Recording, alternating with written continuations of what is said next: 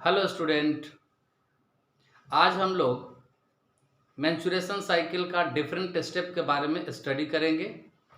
तो जैसा कि पिछले वीडियो में हमने बतलाया था कि 4 डिफरेंट स्टेप्स होता है। तो नंबर 1 स्टेप इसका क्या है वो देख लेते हैं।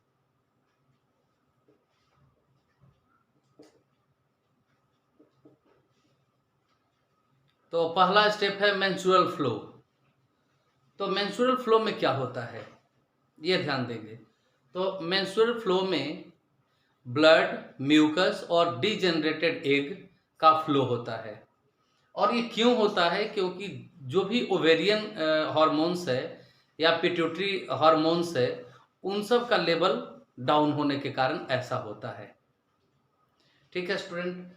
अब यहाँ पर देखेंगे कि मेंस्ट्रुअल फ्लो में कितना ml ब्लड डिस्चार्ज होता है। तो पहले लिख लेते हैं कि in this stage about 70 ml blood discharge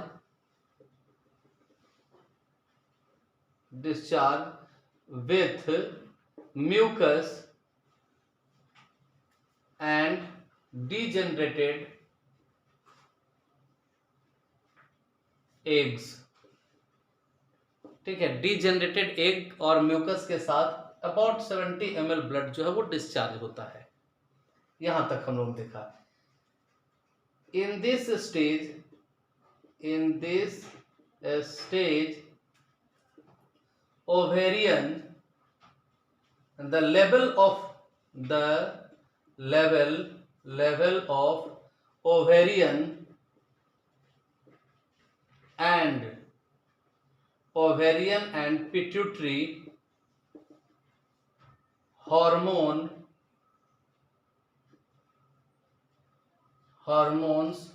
are minimum। तो इस मिनिमम लेवल के कारण क्या होता है कि मेंस्ट्रुअल फ्लो होता है, एंडोमेट्रियम टूट जाता है और ब्लड, म्यूकस ये सब बाहर निकलने लगता है। तो यहां तक हम लोगों ने देखा स्टूडेंट। अब यहां पर एक बात आती है कि मेंस्ट्रुअल ब्लड क्यों नहीं फ्लो जमता है, क्लॉट क्यों नहीं करता है। तो अब देखें कि menstrual blood content, menstrual blood में क्या होता है? Fibrinolysin that prevent clotting of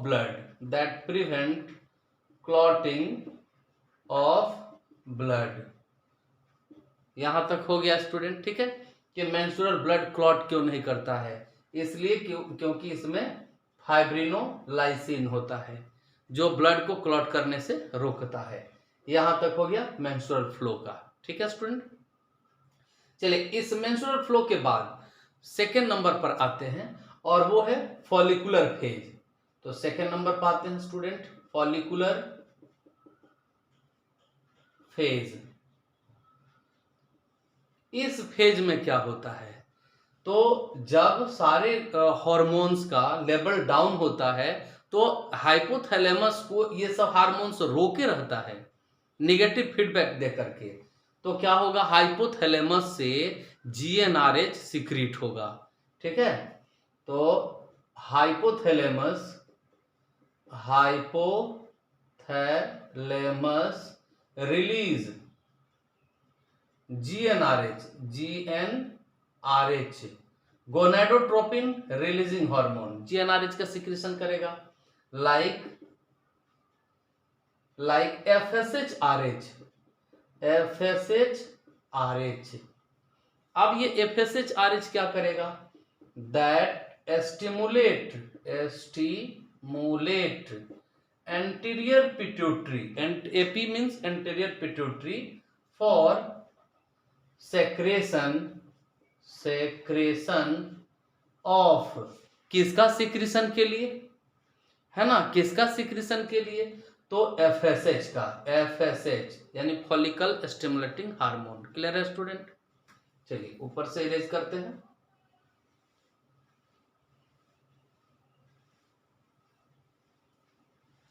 अब एफएसएच क्या करेगा?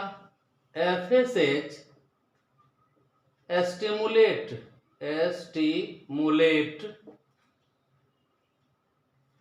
फॉलिकुलर सेल, है ना, फॉलिकुलर सेल्स, ठीक है।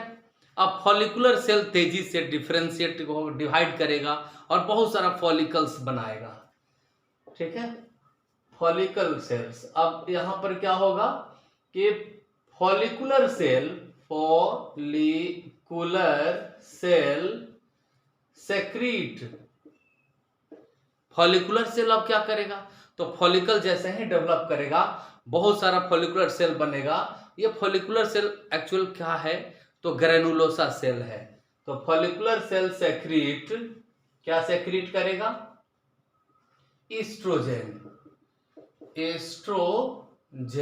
एस्ट्रोजन हार्मोन सीक्रेट करेगा। अब ये एस्ट्रोजन क्या करेगा? तो देखिए एस्ट्रोजन रीजेनरेट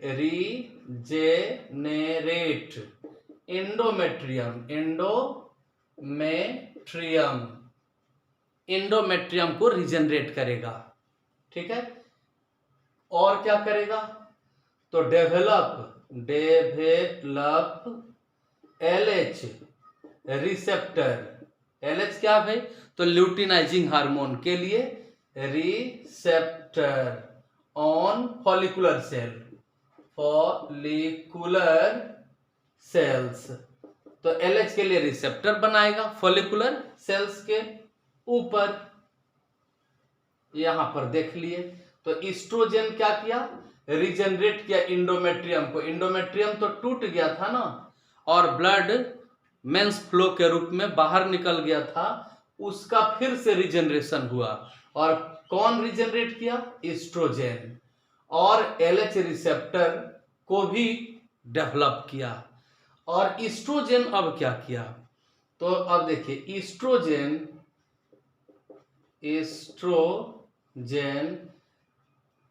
ये स्टिमुलेट किसको कर रहा है? तो गिव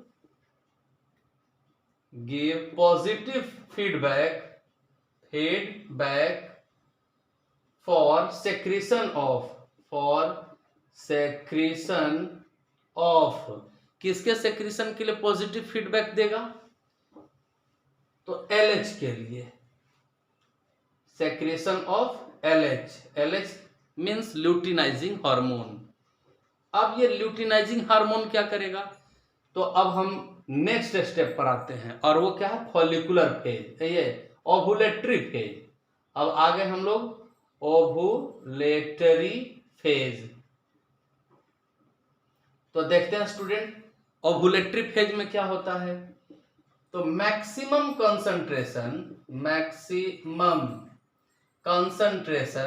कंसंट्रेशन ऑफ LH और LH सर्ज, इसी को कहते हैं LH सर्ज, कॉज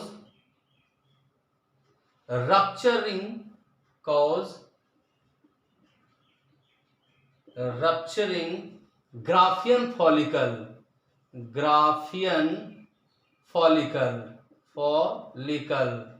तो ग्राफियन फॉलिकल को क्या करेगा? रप्चर करेगा एंड रिलीज, और किसको रिलीज करेगा? And release egg from ovary, और इसी बात को कहते हैं ओवुलेशन। और ये कब होता है ओवुलेशन? तो मेंस फ्लो के 14वें दिन बाद, that is mid of the MC, menstrual cycle के मिड में। तो यहां पर देख लिया स्टूडेंट कि फॉलिकुलर फेज में क्या हुआ? तो FSH स्टिमुलेट फॉलिकुलर सेल, और फॉलिकल सेल क्या किया? सेक्रेट किया एस्ट्रोजन को। एस्ट्रोजन क्या किया? रीजनरेट किया इंडोमेट्रियम को, डेवलप किया LH रिसेप्टर। और क्या किया एस्ट्रोजन? पॉजिटिव फीडबैक दिया। किसके लिए फीडबैक दिया? For secretion of LH। LH का मैक्सिमम सिक्रेशन हुआ, उसको LH सर्ज कहते हैं। और LH सर्ज के कारण क्या हुआ, ओवुलेशन हुआ। तो ये ओवुलेटरी फेज हो गया स्टूडेंट, इसको लिख लेना है। चलिए इसके बाद आगे बढ़ते हैं। LH सर्ज के बाद नेक्स्ट टॉपिक हम लोग का क्या है, ओवुलेशन हो गया। ओवुलेशन के बाद ल्यूटियल फेज, ल्यूटियल फेज, ठीक है। तो ल्यूटियल फेज में क्या होता है, यहां पर देखेंगे कि जो ग्राफियन फॉलिकल है, rupture Graafian follicle develop into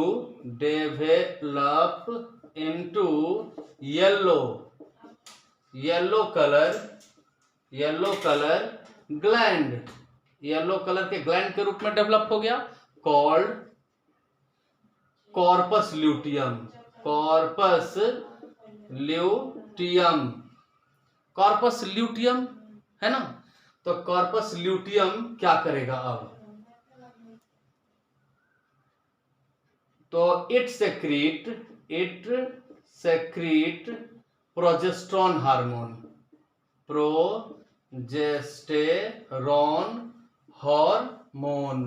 ये प्रोजेस्टेरॉन हार्मोन का सिक्रीशन करेगा, ठीक है। तो एस्ट्रोजन का थोड़ा सा क्या होगा, डाउन होगा कंसंट्रेशन। तो यहां पर देख लिए प्रोजेस्टेरॉन हार्मोन के बारे में।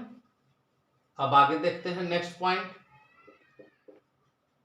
तो एस्ट्रोजन एंड प्रोजेस्टेरॉन, यानी progesterone and oestrogen make endometrium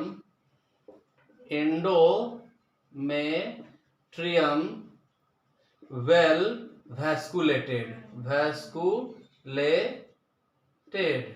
ये दोनों मिलकर के वैस्कुलेटेड बना देगा। अब क्या होगा, तो अगर एग फर्टिलाइज हो जाता है तो प्रेगनेंसी बिगेन, अगर एग फर्टिलाइज नहीं होता है तो menstruation cycle repeat once again. तो ये देख लिए हम लोग कि अगर एग फर्टिलाइज नहीं होगा तो क्या होगा, और अगर फर्टिलाइज हो गया एग तब क्या होगा, इसके बारे में हम लोग पढ़ेंगे। लेकिन उससे पहले ओवेरियन हार्मोन और पिट्यूटरी हार्मोन के ग्राफ के बारे में हम लोग स्टडी करेंगे, ठीक है स्टूडेंट। तो इसको लिख लिया जाए, इसके बाद हम इसके बारे में स्टडी करेंगे।